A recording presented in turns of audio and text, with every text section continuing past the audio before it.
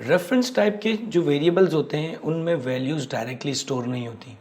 Reference type के variable के जो वैल्यूज़ हैं उनकी मेमोरी लोकेशन अलग होती है और वेरिएबल की मेमोरी लोकेशन अलग होती है। वेरिएबल एक्चुअली पॉइंट कर रहा होता है उस वैल्यू को। तो रेफरेंस टाइप का वेरिएबल एक मेमोरी एड्रेस में मौजूद होता है और वो पॉइंट कर रहा होता है एक दूसरे मेमोरी एड्रेस को जहाँ पर आपकी एक्चुअल वैल्यूज़ मौजूद होती हैं। तो रेफरेंस टाइप बनाते जब हैं तो उसमें आपके वेरिएबल और वैल्यू की मेमोरी लोकेशन डिफरेंट होती है।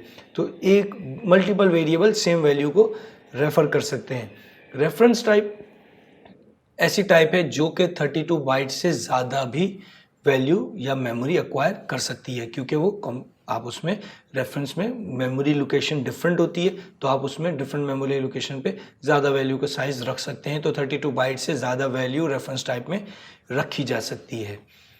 सॉलिडिटी में जो रेफरेंस टाइप अवेलेबल है वो एरेज, स्ट्रक, स्ट्रिंग और मैपिंग, इनको आप यूज़ कर सकते हैं एज अ रेफरेंस टाइप। इनके जो वेरिएबल्स होंगे उनकी मेमोरी लोकेशन और इनकी वैल्यूज़ की मेमोरी लोकेशन डिफरेंट होती है। ये आप एग्जांपल देखें। इस एग्जांपल में आपने एरे बनाया you int square bracket a equals to new int square bracket और राउंड ब्रैकेट में आपने 6 पास किया है। अब ये एक एरे बनी है, इसका जो वेरिएबल है इसकी मेमोरी लोकेशन है 0x123, लेकिन इस एरे के जो वैल्यूज़ हैं वो इटसेल्फ मेमोरी में एक अलग लोकेशन पे मौजूद हैं जो कि 0x456। अब होगा ये कि मेमोरी में जो ए का वेरिएबल है वो पॉइंट कर रहा है एक और मेमोरी लोकेशन को।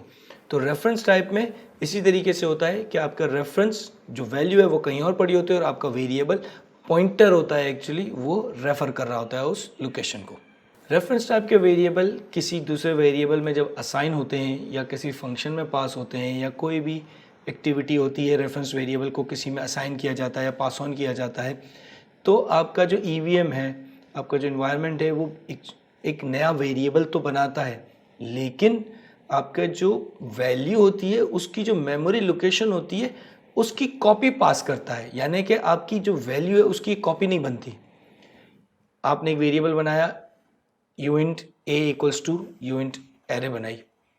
अब एक और एरे बनाकर अगर आप उसमें ए को रेफरेंस पास कर देंगे तो अब ए और बी दो वेरिएबल सेम एरे को रेफर कर रहे होंगे। क्यों? क्योंकि ईवीएम आपकी वैल्यू की कॉपी नहीं बनाता, आपके पॉइंटर की कॉपी बनाता है। तो एक पॉइंटर 1 2 3 लोकेशन पे 4 5 6 को रेफर कर रहा है, आपने एक और वेरिएबल बनाया जो कि 7 8 9 पर मौजूद है, वो भी 4 5 6 को रेफर कर रहा होगा। तो दो वेरिएबल होंगे वो सेम वैल्यू को रेफर कर रहे होंगे। इसलिए रेफरेंस टाइप में होता यह है कि आप अगर एक वेरिएबल में चेंज करेंगे तो दूसरे को भी चेंज मिलेगा, दूसरे में चेंज करेंगे तो पहले को भी चेंज मिलेगा। तो अगर आपका एक रेफरेंस वेरिएबल दूसरे वेरिएबल में असाइन होगा तो दोनों के पास जो पॉइंटर होगा वो सेम मेमोरी लोकेशन का होगा।